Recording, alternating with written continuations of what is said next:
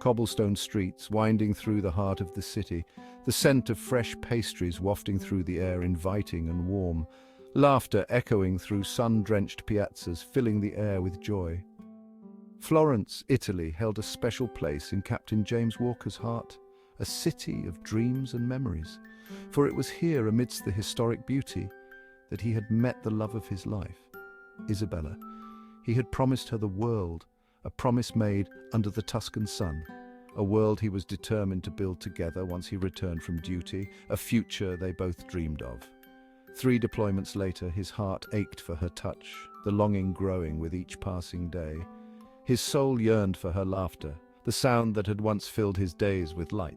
I pictured her raven hair cascading down her shoulders, a vision of beauty and grace. Her emerald eyes sparkling with joy, eyes that held the promise of forever. She would be waiting for me, just like she promised, at our favorite spot.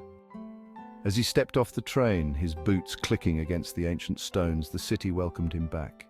He couldn't wipe the goofy grin off his face, the excitement bubbling within him. He was finally home. Home to the woman who had stolen his heart, the love of his life. He rushed towards their favorite cafe, eager to surprise her, his heart pounding with anticipation. But fate, it seemed, had other plans, plans that would change everything. The familiar aroma of espresso and biscotti washed over him as he entered the cafe. It was a place of comfort, a sanctuary from the chaos of the outside world. And then he saw her, Isabella, the woman who had once been the center of his universe, but his blood ran cold. She wasn't alone. The sight of her with another man was like a dagger to his heart. A man sat across from her, his hand resting possessively over hers. The intimacy between them was undeniable. Their laughter, once music to his ears, now pierced his heart like shards of ice. It was a cruel reminder of what he had lost. Time seemed to stand still. The bustling cafe faded into the background as his world crumbled around him. The world around him faded away as he watched the scene unfold, his heart shattering into a million pieces, each fragment a painful reminder of her betrayal. My Isabella, the woman who had vowed to wait for me, was in the arms of another. The promises we made now seemed like cruel jokes. He stumbled back, the weight of her betrayal crushing him. It felt as if the ground had been pulled from beneath his feet. Denial, anger, and a profound sense of loss flooded his entire being. He was drowning in a sea of emotions, each wave more overwhelming than the last. He wanted to scream, to lash out, but his voice caught in his throat, choked by the bitter taste of betrayal. The pain was too much to bear. He had faced enemies on the battlefield, but nothing could have prepared him for this war, raging within his own heart. The battle scars of love were far deeper than any wound he had ever known. He approached their table, his footsteps heavy with unshed tears and the burden of unfulfilled promises. Isabella saw him, her eyes widening in shock, her face draining of all color. The laughter died on her lips, replaced by a look of sheer terror. "James!" she breathed, her voice trembling. "You're home early." Early? I was gone fighting for us, for our future, and this is what you do? The words hung in the air between them, heavy with accusation and pain. He didn't need an explanation. The scene before him spoke volumes. The man sitting across from Isabella, a stranger with fear etched on his face, quickly excused himself, disappearing into the crowded cafe. Isabella reached for him, her touch once a source of comfort, now searing his skin like fire. He flinched, pulling away as if burned.